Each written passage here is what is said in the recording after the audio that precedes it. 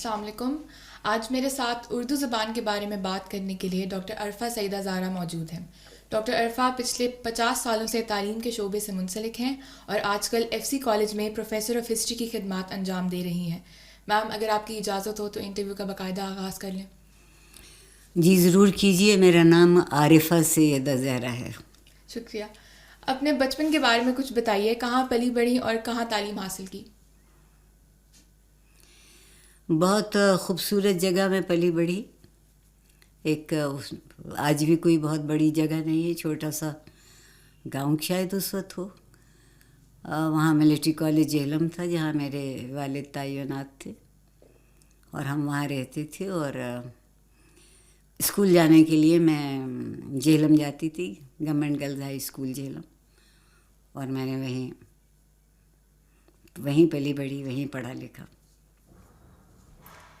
جب آپ کی تعلیم کا سلسلہ جاری تھا تو کبھی اسکول، کالج اور یونیورسٹی کسی بھی لیول پہ آپ کو کبھی اردو کے علاوہ کسی زبان میں بات کرنے کا دباؤ محسوس ہوا؟ یہ خبط پاکستان کو نیا نیا آیا ہے. اس وقت پاکستانی اس بات میں بہت خوش تھے جو وہ تھے، جو ان کی شناخت تھی، جو ان کا سرمایہ تھا، جو ان کی تہذیب تھی، جو ان کی فکر تھی. اس میں کوئی بات شرمندگی کی نہیں تھی. آپ کتنی زبانیں بول سکتے ہیں؟ میرا خیال ہے 7. آپ بتانا چاہیں گی کون سی ہیں؟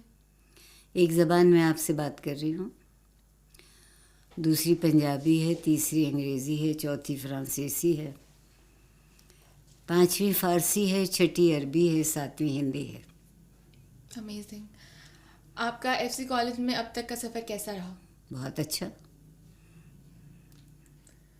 کچھ اور بتانا چاہیں گے اس کے بارے میں؟ دیکھیے، استاد کی زندگی کا سفر اچھا ہی ہونا چاہیے، اس لیے کہ جو سب سے بڑی دولت اسے میسر ہوتی ہے وہ اس کے طالب علم ہوتے ہیں. اور اگر وہ ایک ایسی خوش نصیب درسگاہ میں ہے جہاں استاد کو پڑھانے کی اجازت ہو تو اس سے زیادہ آدمی اور کیا مانگے گا.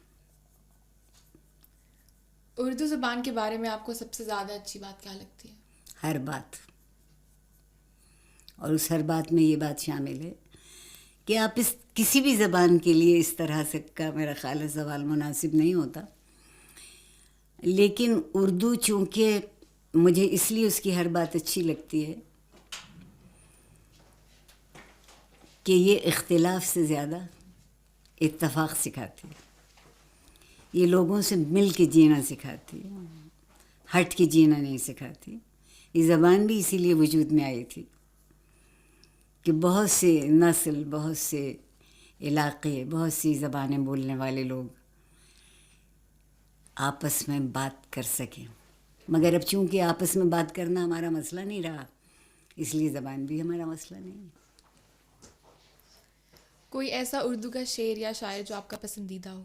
یہ بہت مشکل ہوتا ہے کسی بھی زبان کے لیے کہ آپ اتنے بڑے ادب میں سے کوئی ایک چیز چن لیں یا کوئی ایک شخص چن لیں. بہت پسند ہے، ایک ایک دو کے نہیں، نام اگر ہزاروں آپ لینا پسند. چاہیں. نہیں، وہ نام ایسے ہیں جو ہر کسی کو معلوم ہوں گے.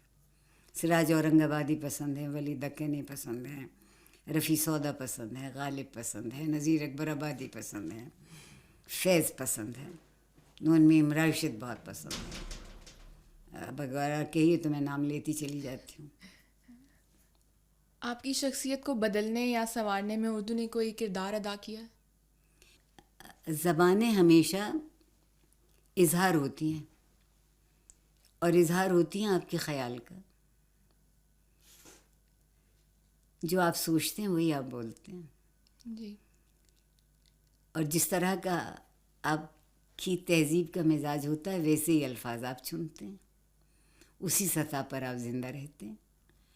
تو ایک زمانے میں اس ملک میں تہذیب سے زندہ رہنا، اخلاق سے زندہ رہنا، مہذب طور پہ زندہ رہنا اچھائی میں سمجھا جاتا تھا. آج یہ بات کمزوری سمجھی جاتی ہے.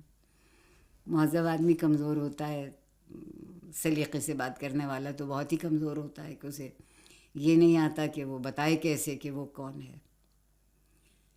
یہ بتانے کے لیے کہ آپ کون ہیں یہ زبان کافی ہوتی ہے، اس کے لفظوں کا انتخاب کافی ہوتا ہے. لہجے کی مناسبت کافی ہوتی ہے.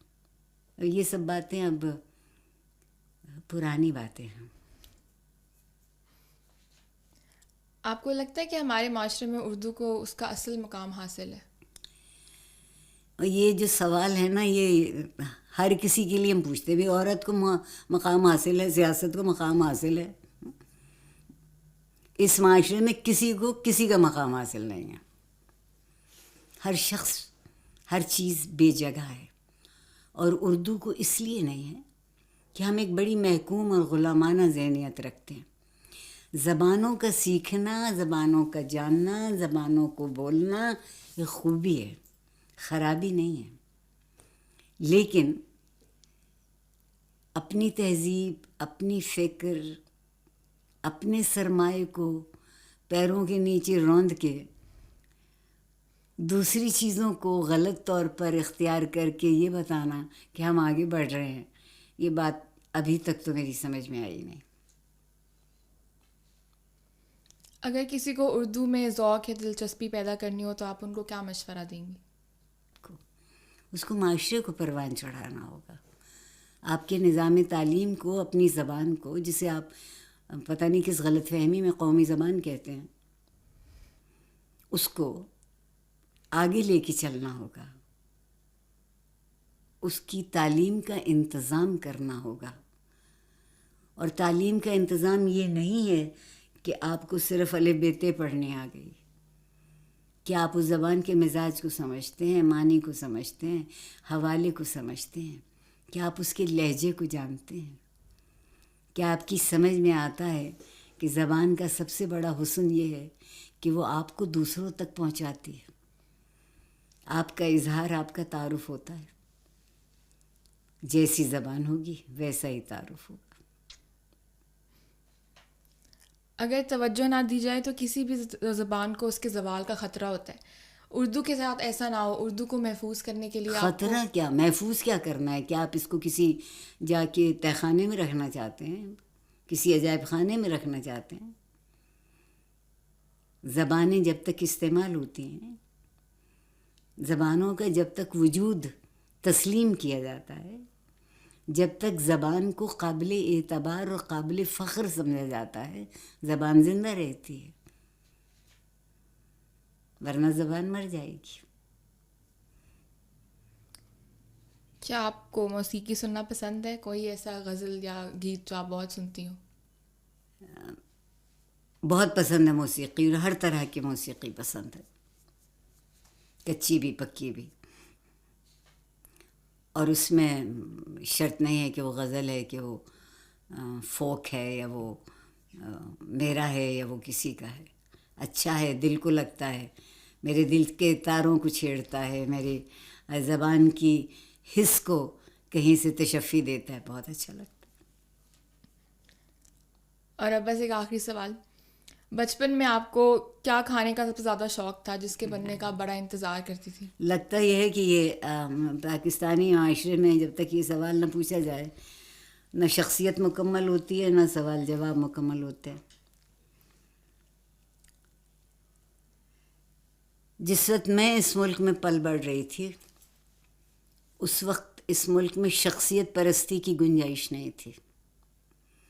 چونکہ شخصیت پرستی کی گنجائش نہیں تھی، اس لیے پسند اور ناپسند کے وہ معنی نہیں تھے جو آج ہیں. کھانا ایک گھر کا دسترخوان تھا. اس دسترخوان پر ہر وہ چیز ہوتی تھی جو وہ گھر والے کھاتے تھے. اور ہم سب کی اپنی پسند ہوتی ہے اور ہونا چاہیے. جس طرح ہمیں یہ اختیار حاصل ہے کہ ہم زبان میں اپنے لیے کوئی راستہ ڈھونڈ سکیں، تو کھانے میں بھی یہی ہے. اور اس وقت پاکستان میں سارا زور اتنا بریانی اور گوشت اور خدا جانے جو چیزیں آپ لوگ کھاتے ہیں ان پہ نہیں تھا. سیدھا سادہ کھانا روزمرہ کا لوگ کھاتے تھے اور بہت لطف سے کھاتے تھے. مجھے ہمیشہ سے آپ لوگوں کا قومی کھانا بریانی ہے. میں اس نسل سے ہوں جو پلاؤ پر پلی بڑھی اور آج تک بہت اچھا لگتا ہے. ٹھیک ہے، اس کے ساتھ ہم اپنے انٹرویو کے اختتام پر پہنچ چکے ہیں. میم آپ کا بہت شکریہ کہ آپ نے میرے لیے اپنا قیمتی وقت نکالا. میرے لیے یہ گفتگو بہت دلچسپ تھی.